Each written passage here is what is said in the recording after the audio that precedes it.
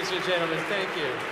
Thank you so much, and good evening. My name is Mark Skork. I'm president of Opera America, and what a wonderful congregation. This is spectacular. Welcome to our New Opera Showcase. Tonight's New Opera Showcase is the first time Opera America has done a public program in New York outside of the National Opera Center up on 7th Avenue. So we're thrilled you're all here. Many of you are new to Opera America, the national umbrella organization for the entire opera industry. We provide a variety of programs that promote the creativity, excellence, effectiveness, and relevance of opera and opera companies across the United States and Canada. In this role, we've been one of the chief champions for the creation and production of an American opera repertoire for the last 30 years. Others of you know Opera America and are members. To you, I say thank you. Your support sustains our work on behalf of the entire field. American opera has never experienced such an extended period of productivity. Recent years have seen an explosion in the number of artists who are composing, directing, designing, conducting, and performing new operas. The scale, styles, themes of these vary tremendously. They're being performed in theaters, lofts, warehouses, clubs, even churches. Together, they are redefining the art form. They're reaching new audiences, and they're making opera a powerful part of the contemporary cultural tapestry. Over the last 3 decades, Opera America has awarded grants of more than $13 million to companies and individual artists in support of new operas. Tonight's New Opera Showcase is part of our New Works Forum, an annual convening of composers, librettists, publishers, and producers. The forum gives them a chance to discuss trends in the field, exchange ideas, and build the relationships that are central to commissioning and co-producing. It also provides audiences with a chance to hear excerpts of some of the most important works being composed today. The 4 works we'll hear were selected by a jury from among about 40 applications. In many cases, the composers themselves are hearing the works for the first time with an orchestra. Your response to them will be an important part of the developmental process. The New Works Forum and tonight's showcase are made possible by the generous and deeply appreciated support of the Andrew W. Mellon Foundation. Although she may cringe at the attention, we all owe a debt of gratitude to Susan Fader for providing unparalleled, sustained support for new opera across the country.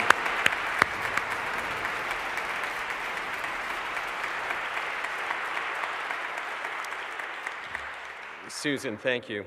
This program has also received special and generous support from Robert Marks from the Fan Fox and Leslie R. Samuels Foundation and Ty Carroll of the Francis Gillette Lead Charitable Trusts.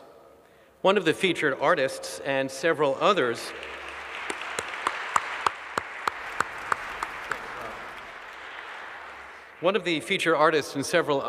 in this room have received grants from a new program that supports the work of female composers. We're grateful to Aleksandra and the Virginia B. Toulmin Foundation for their dedication to this extended effort to bring gender equity to the opera stage.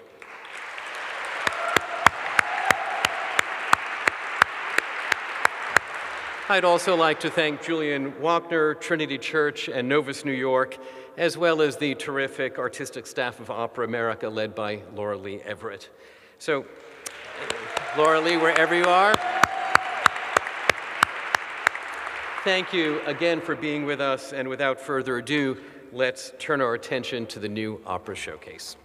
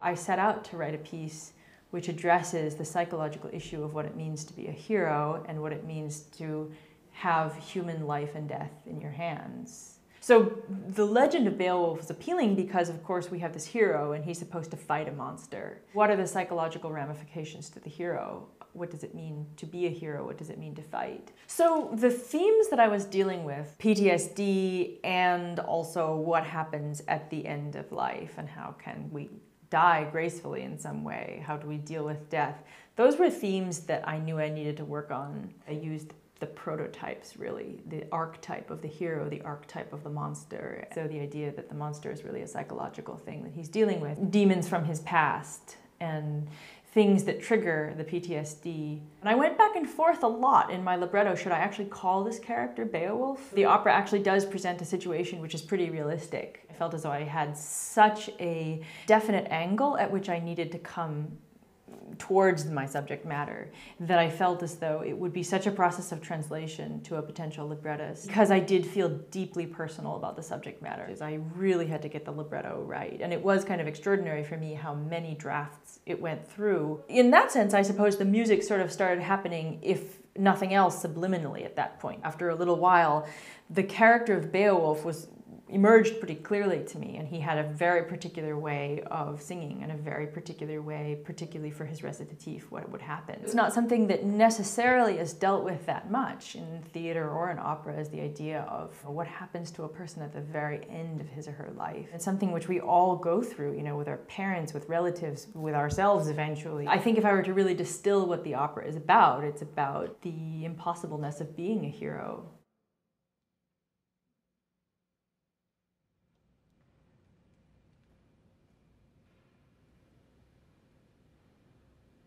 Here at home. I am here at home. I'm not at the base. That's over.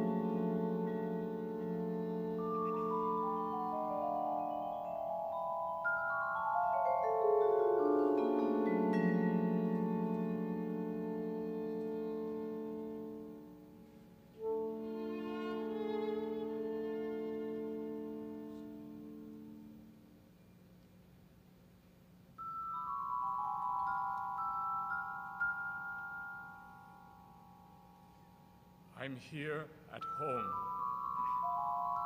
I'm not there. That's over.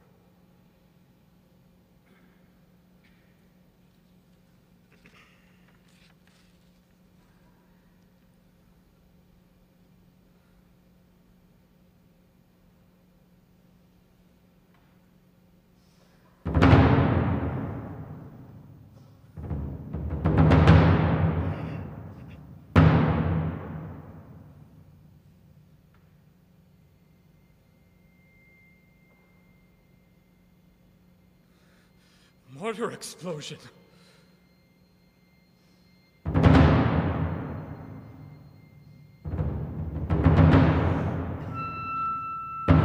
Hello? Who's there? Who's there?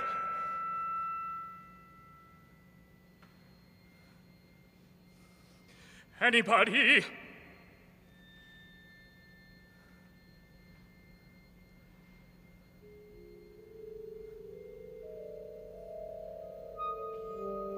Oh my God! My God! Blood! Blood everywhere!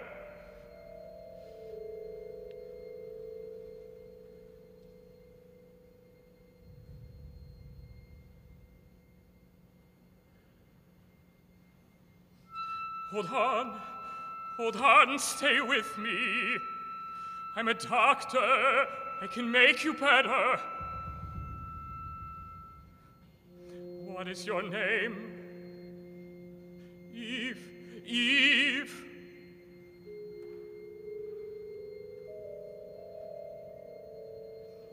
Let me look at you.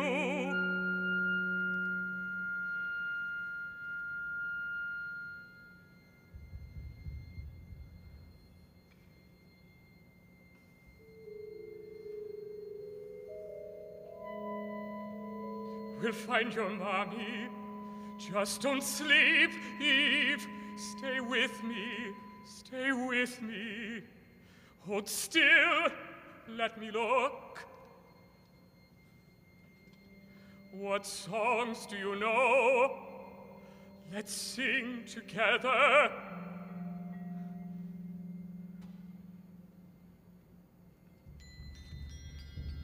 All around the cobbler's bench, the monkey chased the weasel. The monkey thought 'twas all in sport.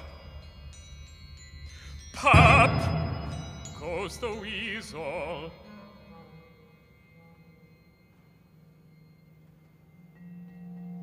Hold still, I'm just going to wrap your head here. See this gauze? Isn't it nice?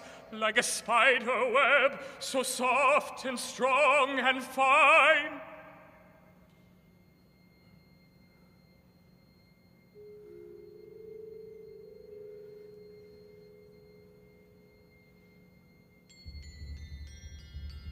All around the cobbler's bench, the monkey chased the weasel. The monkey thought 'twas all in sport. Pop goes the weasel.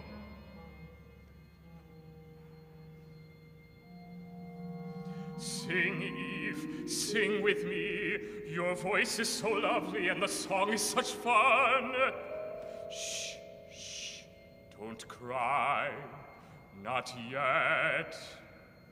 There will be plenty of time for that after you heal. Shh.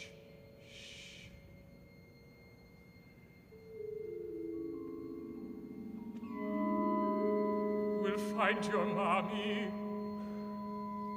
I will make sure you are safe.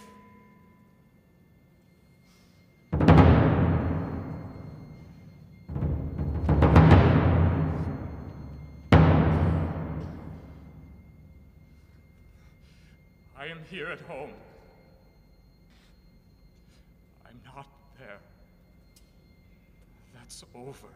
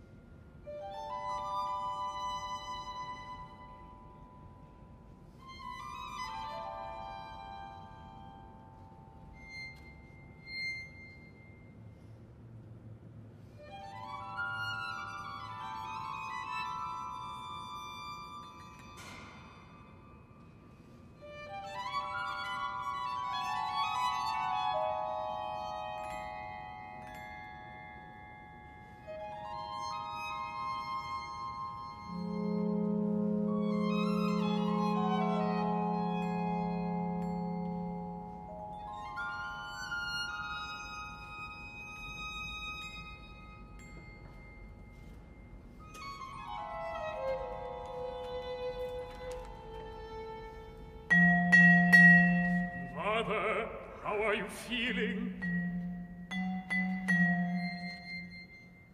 Have you walked around the halls? Did a nurse walk with you around the halls?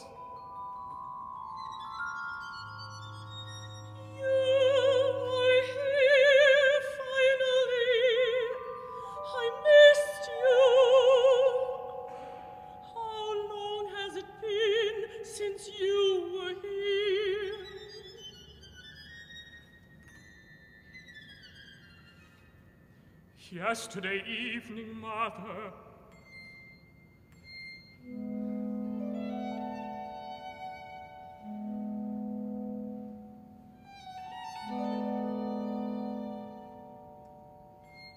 Oh, that's right.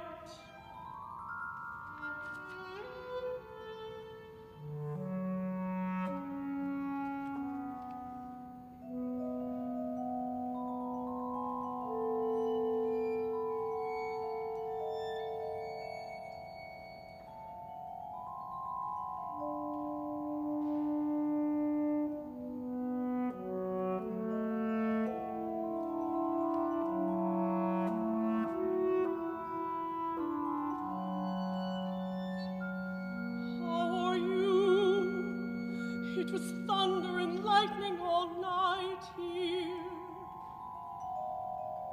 Did you sleep last night?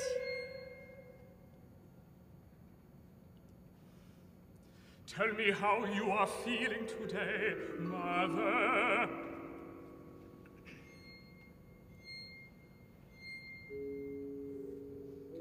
It feels as though I've been here for days and days.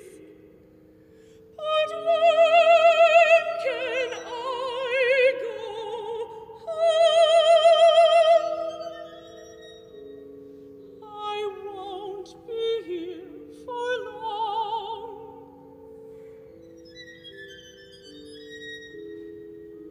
It feels as though I've been here for days and days. This isn't it, is it, Beowulf?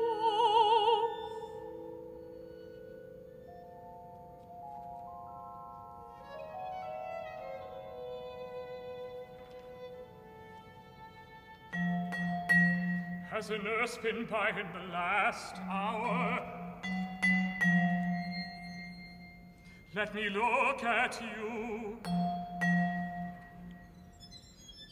What's this bruising on your arm? Did you fall? Bump yourself?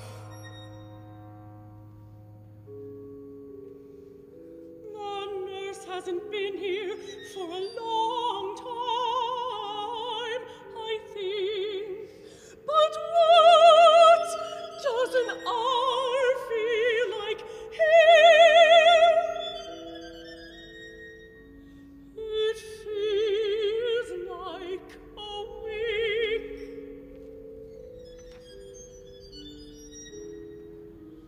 It feels I've been here for weeks and weeks. I don't know when the last time was a nurse was here. That nurse, that man, he's trying to kill me. He gives me the wrong pills. I've been feeling worse since he's been giving me the pills.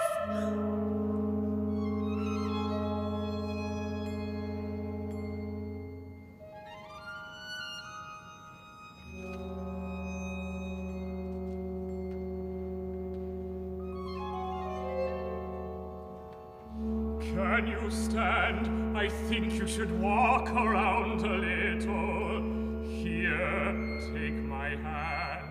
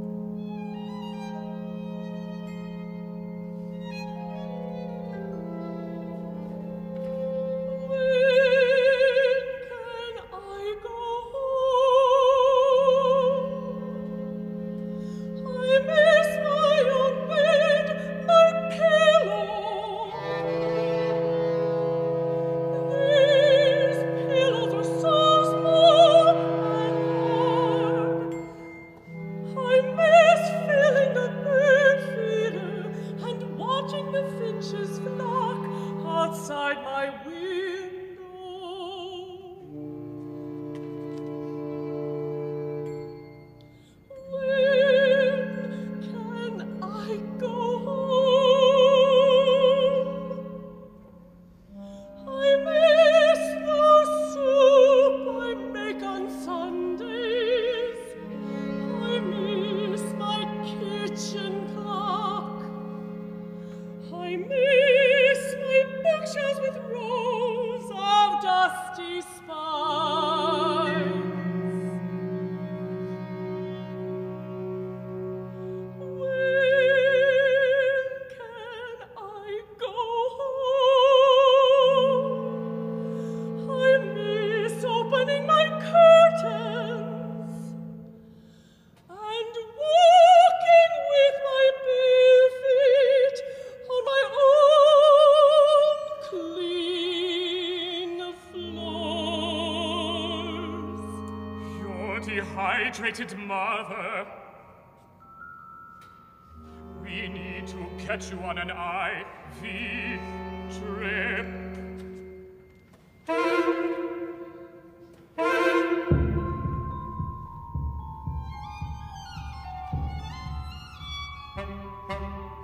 Here you are, sweetheart. Let's take your blood pressure. Oh, hello, doctor. And time for your meds.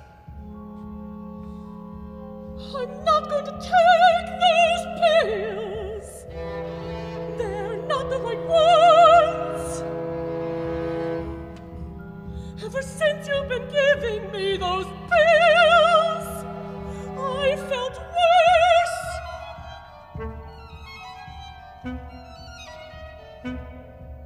Come on, sweetheart, you've got to take your meds. Your son, the doctors prescribed them for you. They're all right.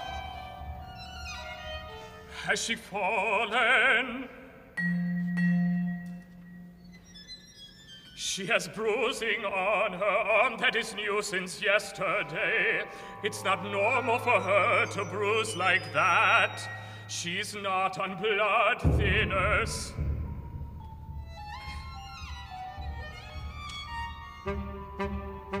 No falls. Here, sweetheart, here's the pills. No, you're trying to kill me. I know these are not the right pills. They're not the ones my son prescribed. You're trying to kill me. She's dehydrated. Let's get her on an IV drip right away. Yes, doctor, I'll be right back.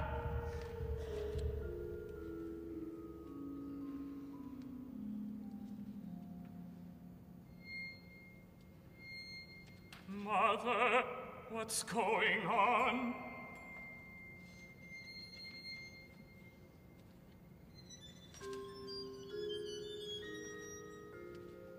He's rough with me when you're not here. He's a big man, Beowulf. I know he's trying to kill me. He's a big man, Beowulf. There are people like that. Just let me get back to my own home. You know you I'll be aren't well fine enough if I can to just live go alone. I'll be fine if I can You just aren't well enough to go home.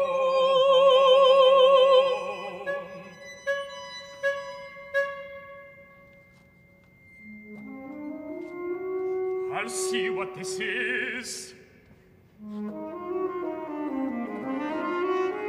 I'll be right back.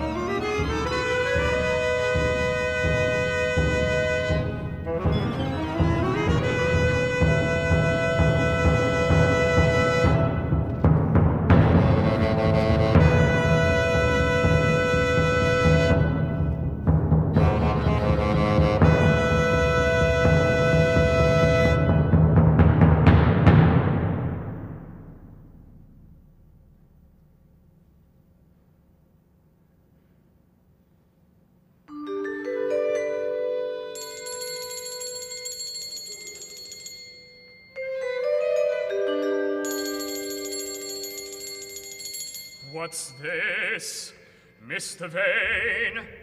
More and more bruising. More and more I'm bruising. terribly sorry. More It looked and all more right bruising. when I said it. You have to be careful. Oh, You have Doctor, to make I'm sure. terribly sorry. You have to be I'm careful. terribly sorry. She's having trouble with bruising. You I'm have terribly to be sorry. careful. I'm terribly sorry. I'm terribly sorry. Me.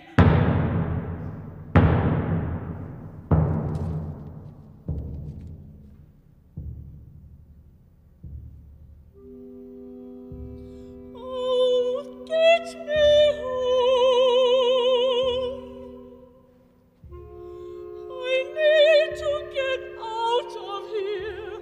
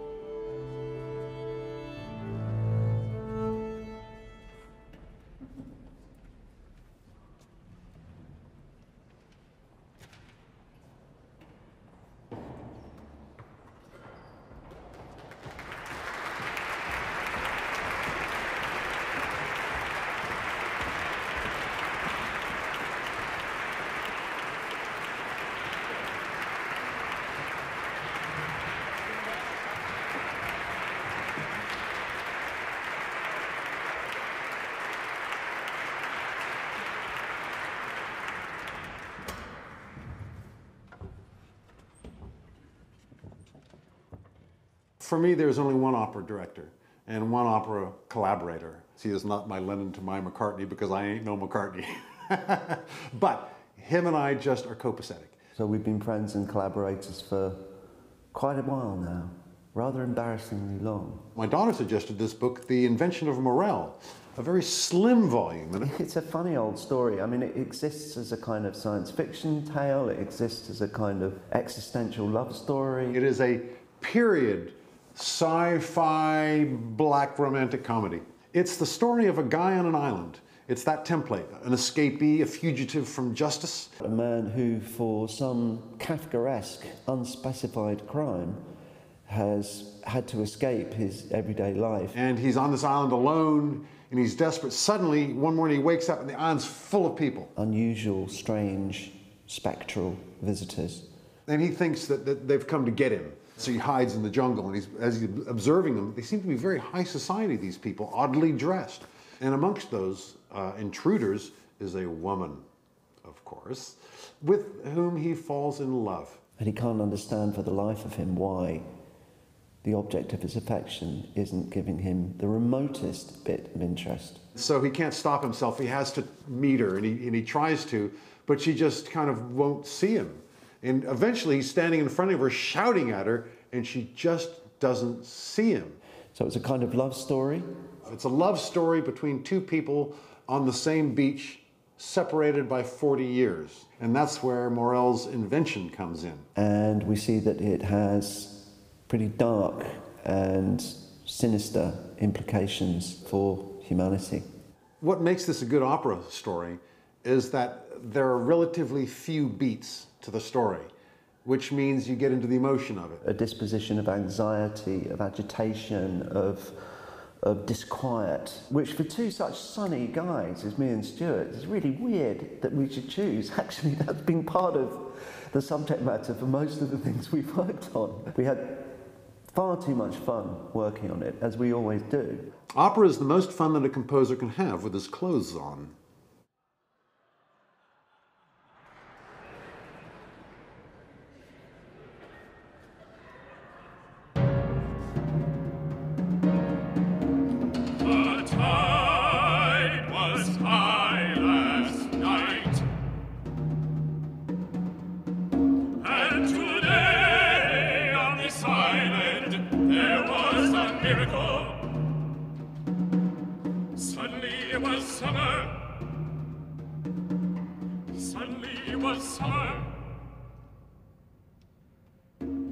I'm writing as a witness to this strange thing, this adverse miracle, this adverse miracle. Sometimes I feel that I'm making a confession, but ostinato rigore is my creed. Ostinato rigore. An Italian in Calcutta gave me the idea to come here.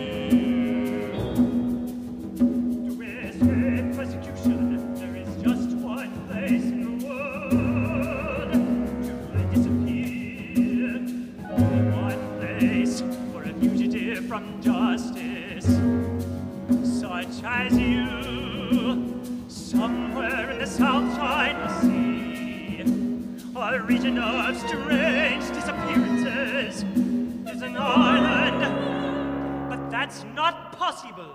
It's unlivable. A group of white men built a museum there in 1924. But it was abandoned. Even the Chinese pirates won't touch it. It is the origin of a strange disease, a fateful plague that eats the flesh.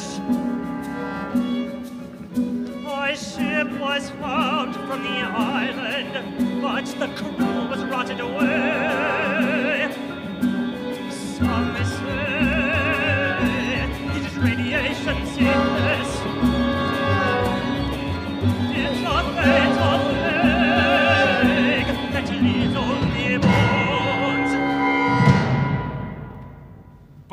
to risk it.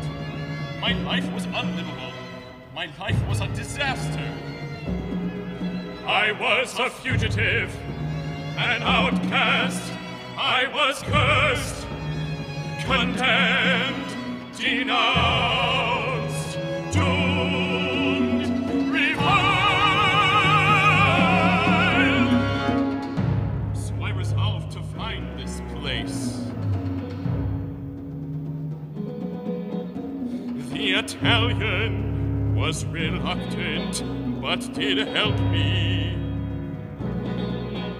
By various means and adverse adventures, I found myself under a metallic moon in a stolen boat. By adverse adventures, in a stolen boat, in which I arrived incredibly at this place. I was ill and haunted by hallucinations, but alive,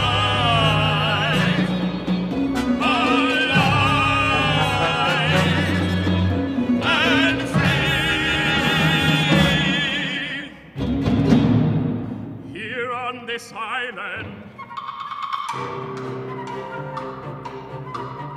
a museum could be a fine hotel or sanatorium with a library full of useless novels, an assembly room and a grand dining hall. It is all modern, ostentatious and unpleasant. It was dark when I arrived.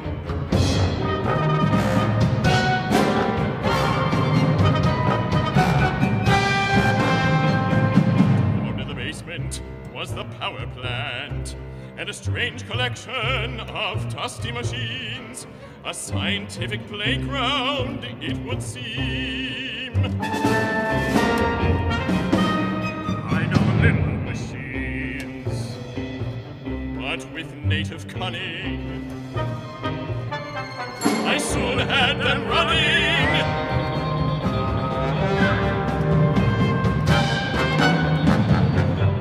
All this equipment for? Who built this place and why?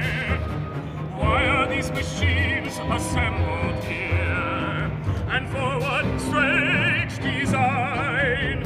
Who built this place and why? Who built this place and why?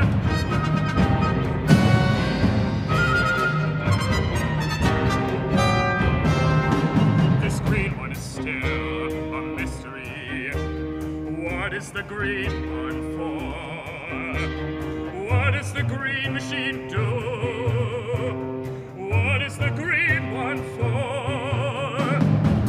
Who built this place and why?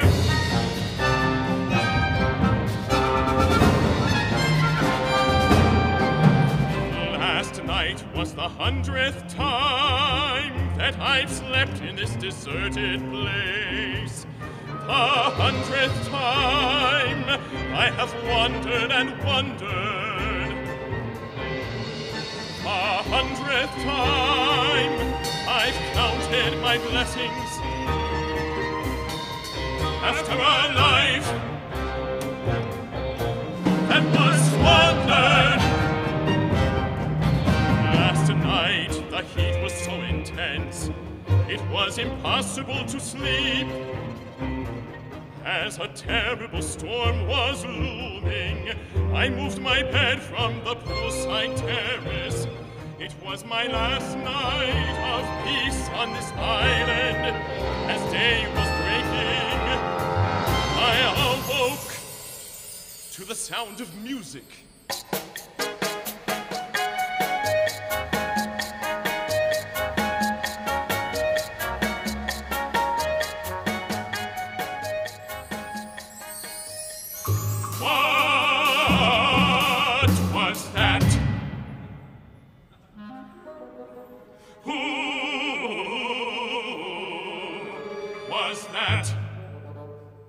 Did they find me? The long arm of justice is reaching out for me again. They have not come for me yet, they'll be coming for me soon. Down here in the marshes, the mosquitoes torment me.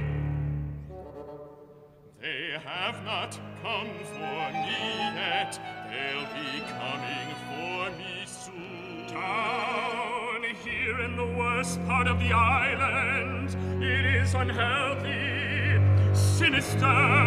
They have not come for me yet, they'll be coming for me soon. Where did they come from? Who are they? How did they find me? Who are they? Yesterday morning, the tide washed over my head. I never saw such a tide. It was still rising when the rain began to blow. It raged with tropical fury. Looking for shelter, I climbed the hill. I could hide in the chapel upon the hill. I would hide in the chapel upon the hill.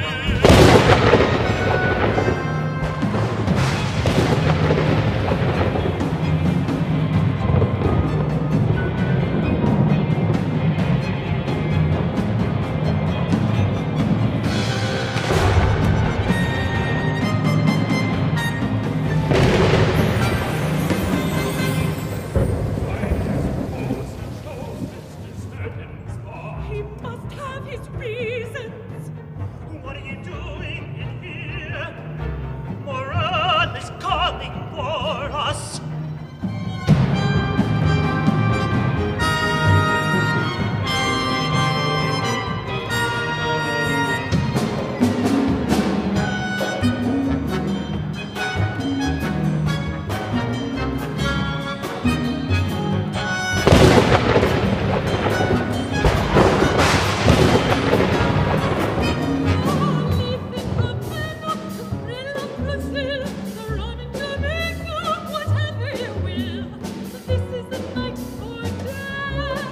And this is the dance of romance.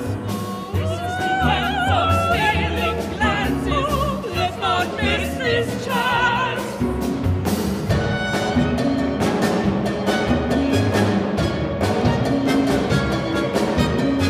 Sheila portrayed me with a bite of champagne, or something more exotic and a little insane. Just for us. Just for us.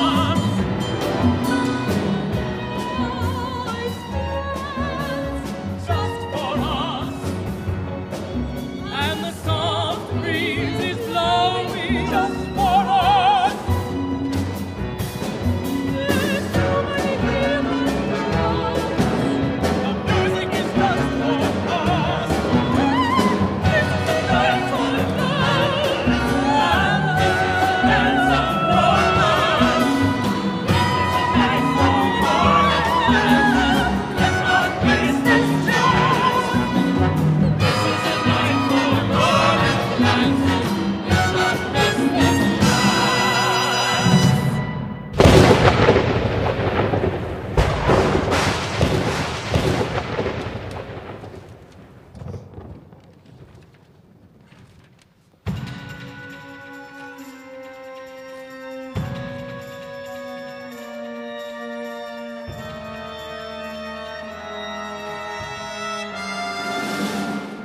They have not come for me yet. Perhaps she has not told them about me. I don't think that I gave offense.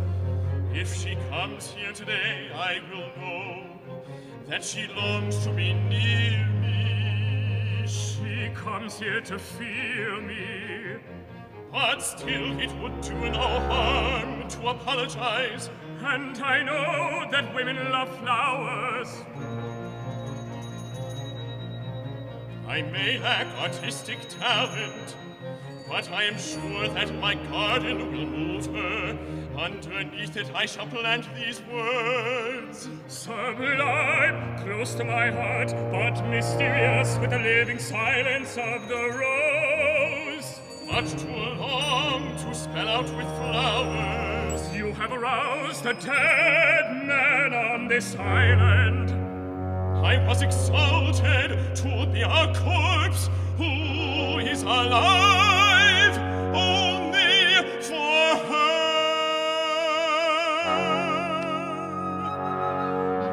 But that's insane. Homage to love.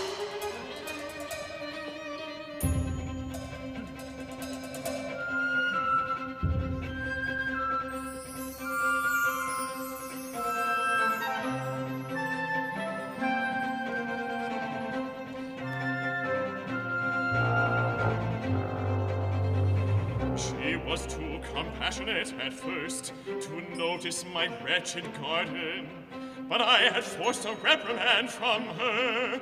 Now I had made assumptions, taken liberties. I had presumed to impose my own vanities.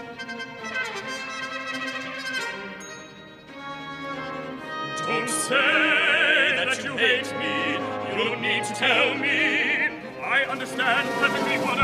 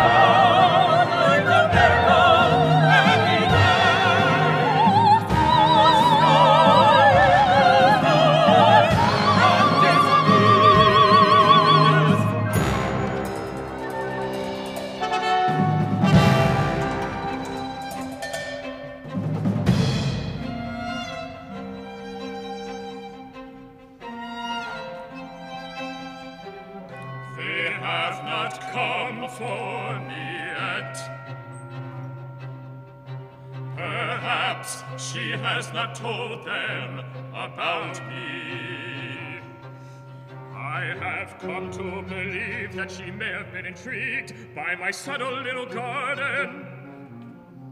But what she tried to tell me, her serenity scares me.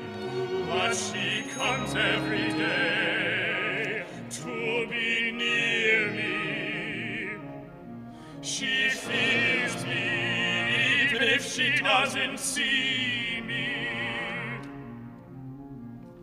I was inspired by an afternoon, sharing the perfect serenity, the magnificence of the woman. She feels me, even if she doesn't see me. I know that she was sent here for me. That night I dreamed about the bordello of blind women that Ombralieri and I visited in Calcutta. How romantic, Her love is blind. She feels me, even if she doesn't see me. She feels me, even if she doesn't see me. The rapport that we have is more real than my loneliness. In the emptiness of my heart, any morsel will fill it.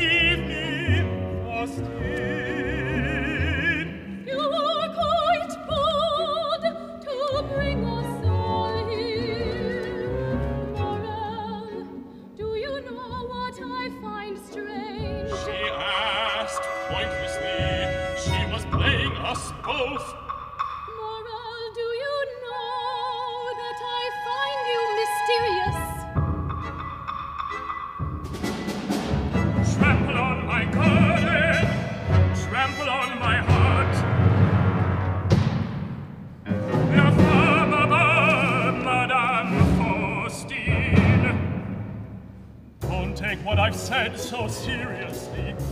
Sometimes I think I have caught your attention. Oh, but you're so serious. But please don't be angry. I'll show you my invention tonight. Oh, but you're so serious. Even then she ignored me.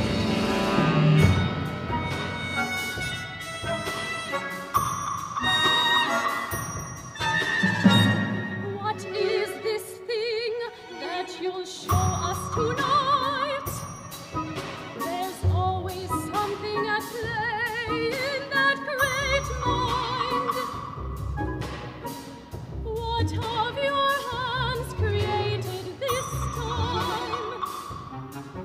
What new surprise will you show us tonight? I'll show you my invention tonight. I'll show you my invention tonight! They are an ideal type for indecent postcards, a perfect pair.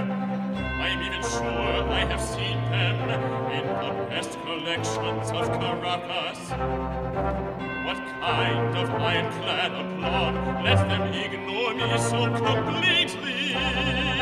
She is detestable, but what does she want? How does she think I feel? She knows I'm at her side. She saw me standing there. She didn't have to look up. She knows I'm at her side. She is playing with that man and me. I shall kill her or go mad. Something has made me invisible, but she fears me. Her love is blind. She feels me, even if she doesn't see me. She feels me, even if she doesn't see me. The rapport that we have is more real than my loneliness. In the emptiness of my heart, I feel her.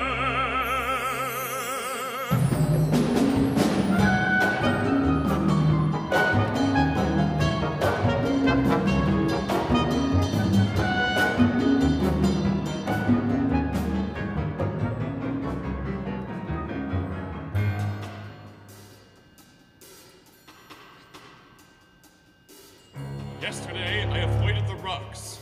I told myself again and again that I would not go today either. Ostinato, rigore. I must not be taken by this trap. I am the master of this island. They can't wave some wanton women at me. But I knew that I had to go. My rational mind made me hide, but my heart stood me up and dragged me to her.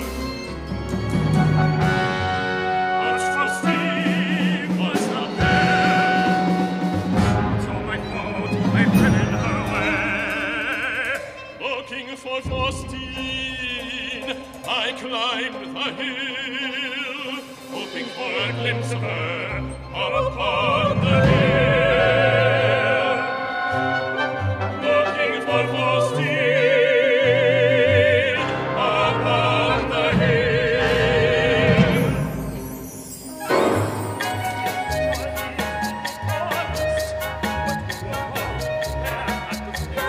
The disease that quite withered him away. Just there he was again, if you please. No more of your ghost stories.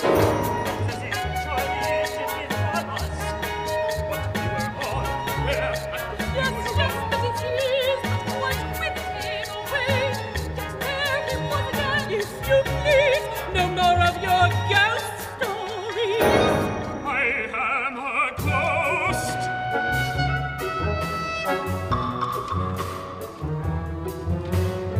Today I did not go. Did not go where? Why did she come? And are you sorry? What are they planning?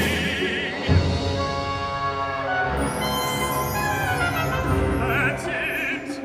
I've lost her. She's gone. Taken from me. Taken by Morel.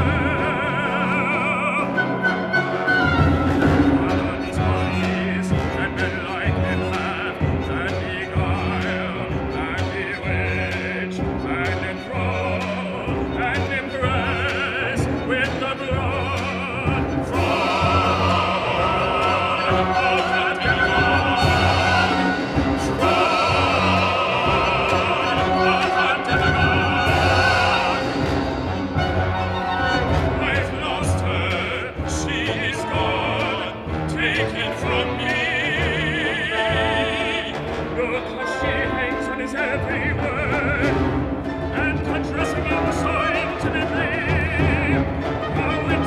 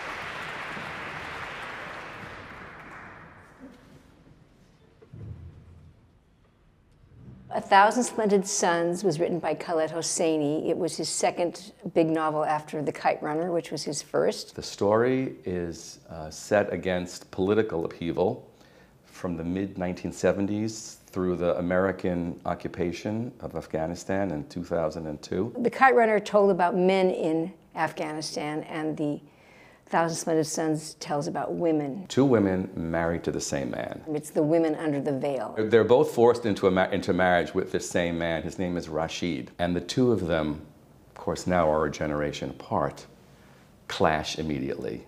But as you get through the story and as you get through the travails of their life, you find that they come to a relationship that's much more like mother and daughter. It's about love.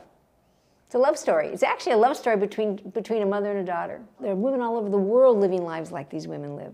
Not just in that part of the world either. I mean, women are subjected to brutality everywhere in the world. The character of Lila grows up where there are factions fighting each other, there's bombs going off. It's in the news every day, and we know nothing about that part of the world. And what we learn about these two women is that their hopes and aspirations and their dreams are just the same as everyone else. Mothers and daughters love each other and struggle with each other. Marriages are complicated.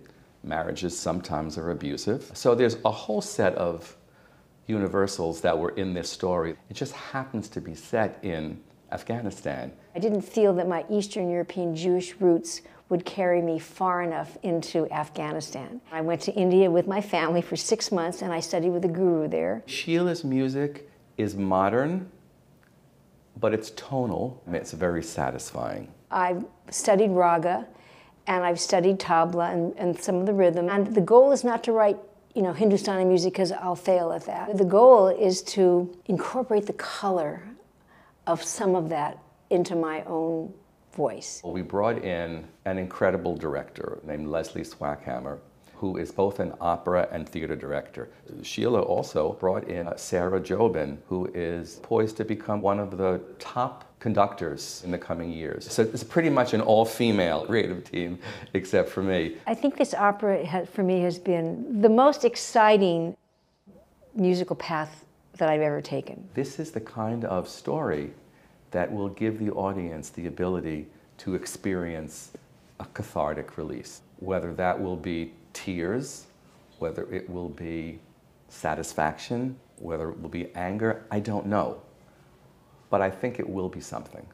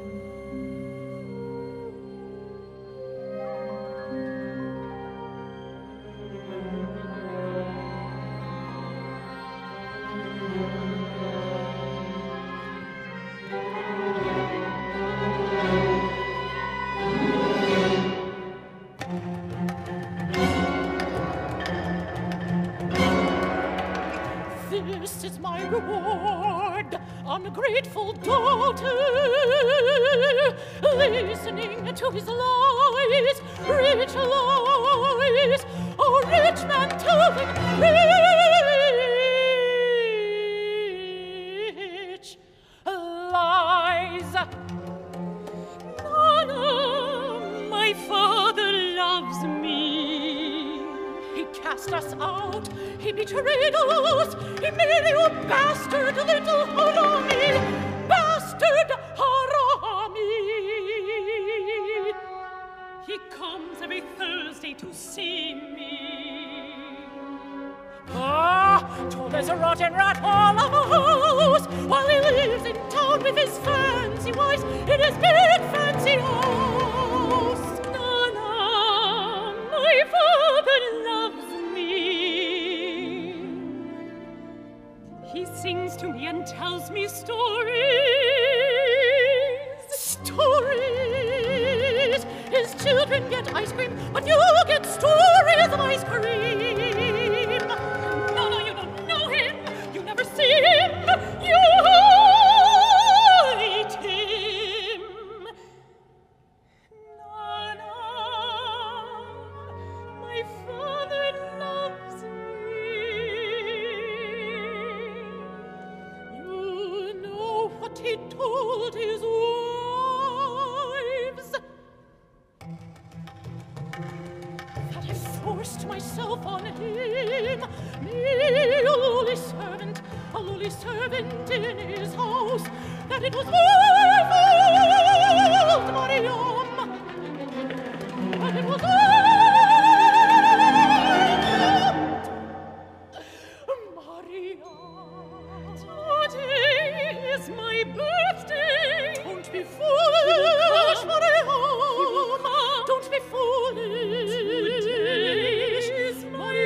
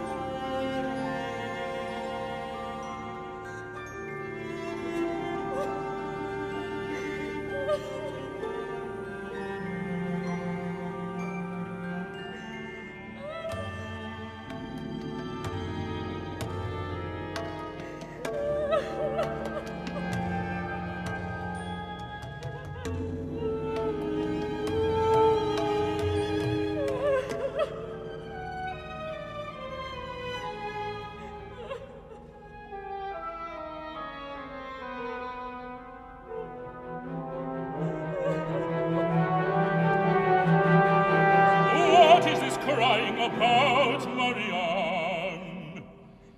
I do not like the sound of a woman crying. It's time to stop your crying, Marianne. Come here. Look out the window, my sweet Marianne. See what is growing there on the windowsill. White tuberoses to welcome you here. White tuberoses, I place them there myself to welcome you here to your new home. This is your home now, sweet Marianne. You will be happy here, sweet Marianne. You have many things you have never had, like electricity most days and nights, and a large stove for cooking. This is your home now. I want to go home to my home now. You will be happy, sweet Marianne. Don't be frightened.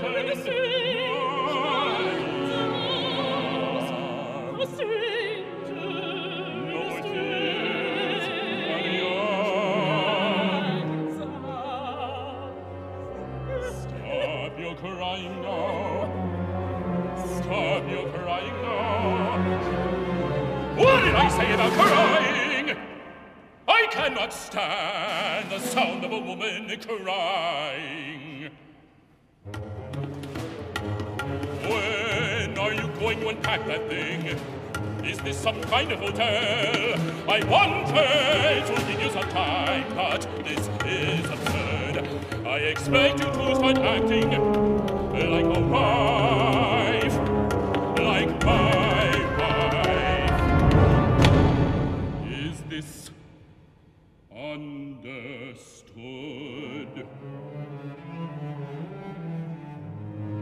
Yes.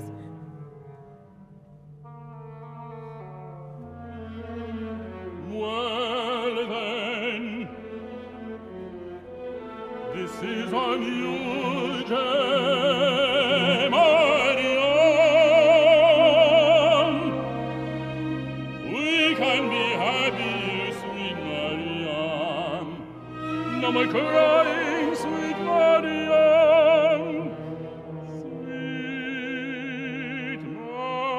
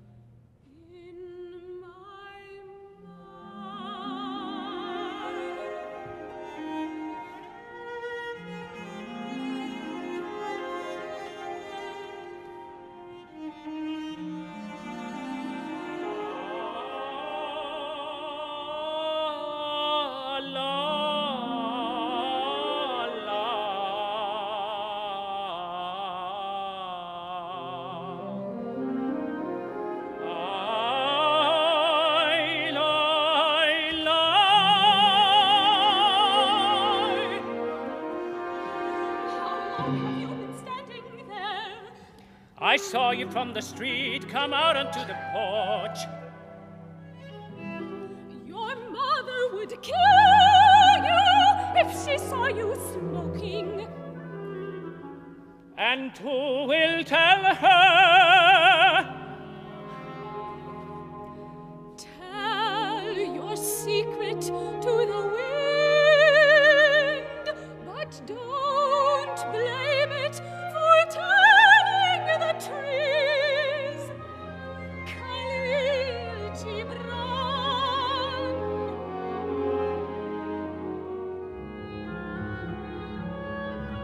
Show off. Well then, give me a cigarette. Of course not. It's bad for you. I do it for the girls. They think it's sexy. Well, I assure you, it's not. What girls, anyway? Are you jealous? Don't be silly, just indifferently curious. Well, don't be. Besides, don't you know that everyone is talking about us now? Yes, and us now. And what are they saying? We are canoeing down the river of sin, riding the rickshaw of wickedness. We are canoeing down the river of sin, riding the rickshaw of wickedness.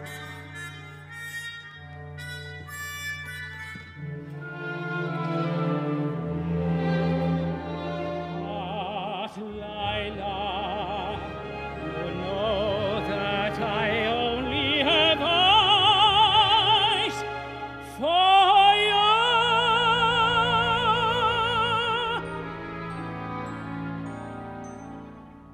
Do you remember the the shoemaker Rashid and his sad wife passed us on the street. He called us Laili and Majnun, the star-crossed lovers, the star-crossed lovers, the Romeo and Juliet of the East, Laili and Majnun.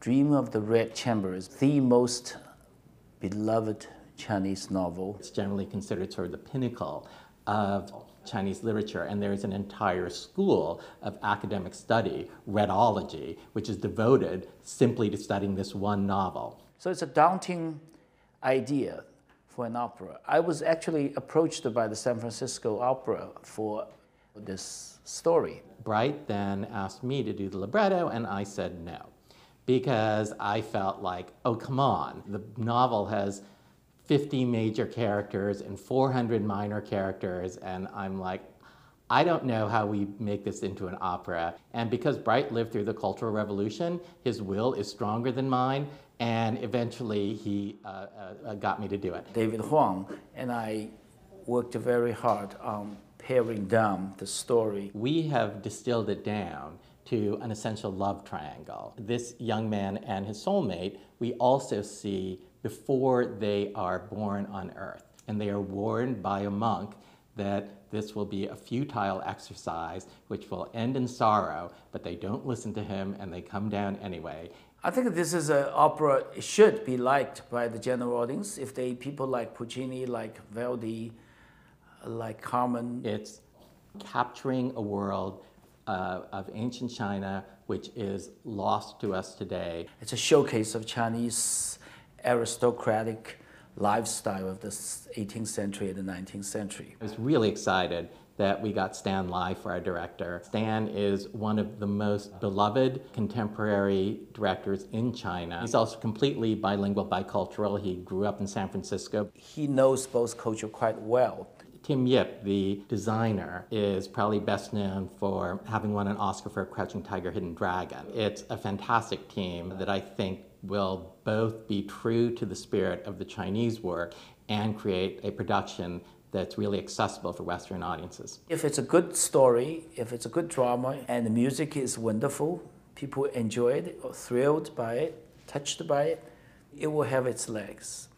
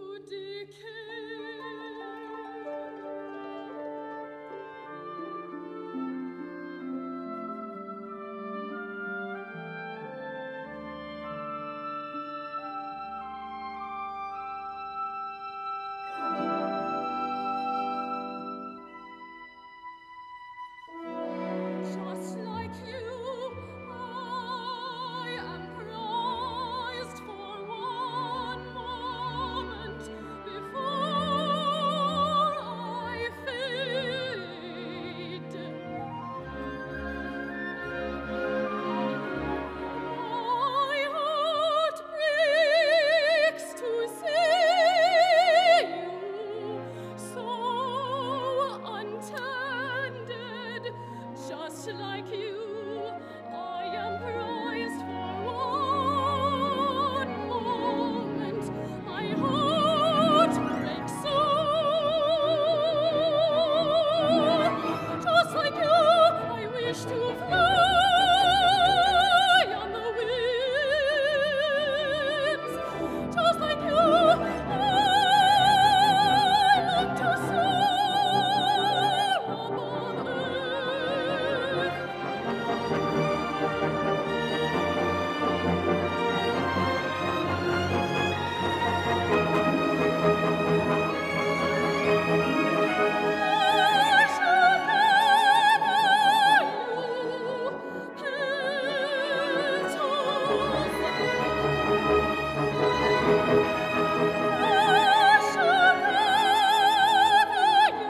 Despite prying eyes mock me, collect your splendor in a silken pouch.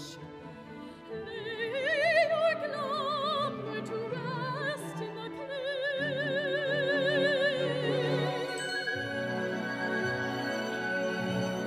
and spring has fled, and beauty spread. Who cares for the falling petals? And spring has fled, and beauty is spent. Who cares for the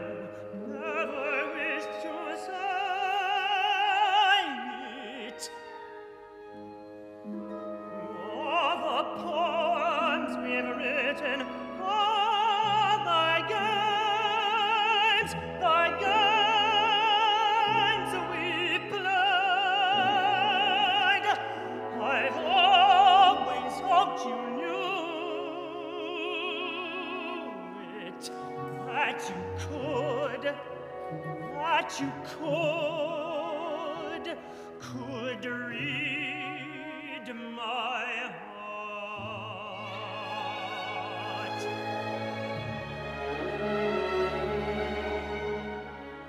I've never dared to tell you, never wished to say it.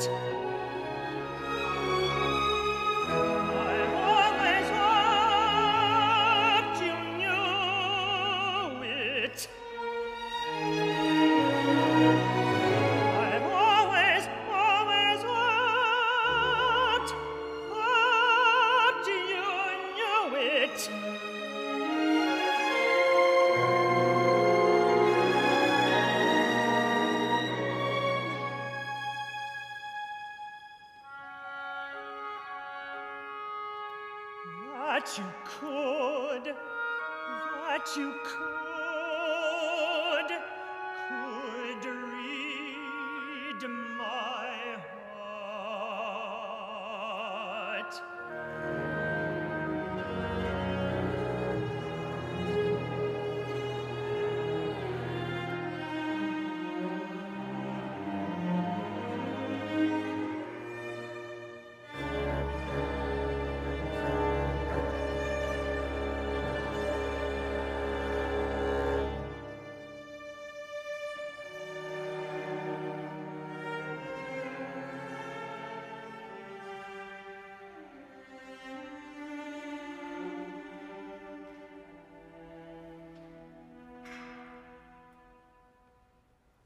Your illness is my illness. Your happiness is my happiness.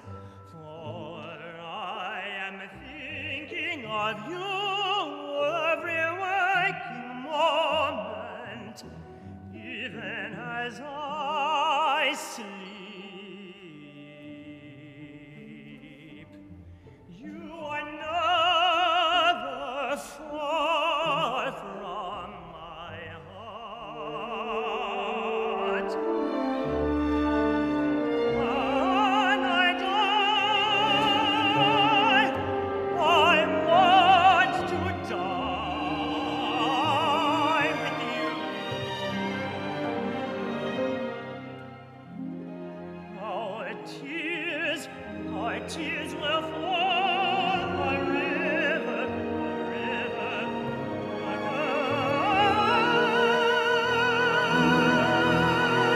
carry us away.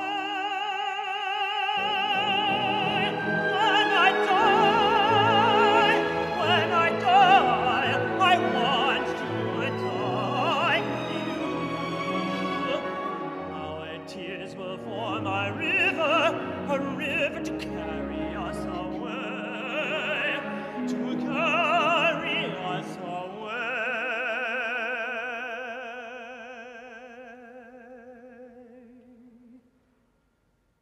I've never dared to tell you, never wished to say it. I've always hoped you knew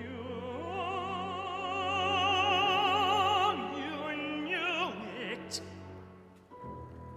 that you could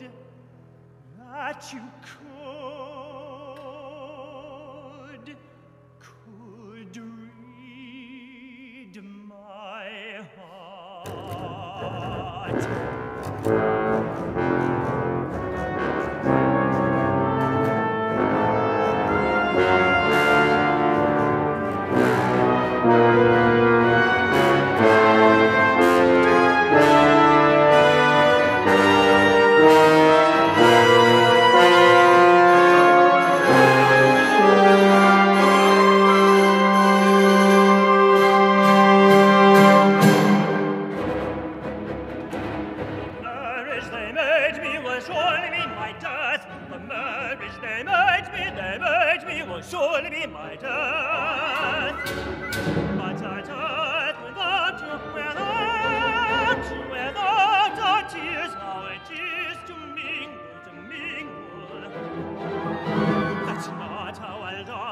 That's not how I live. That's not how I'll die. Not how I live. That's not how I live.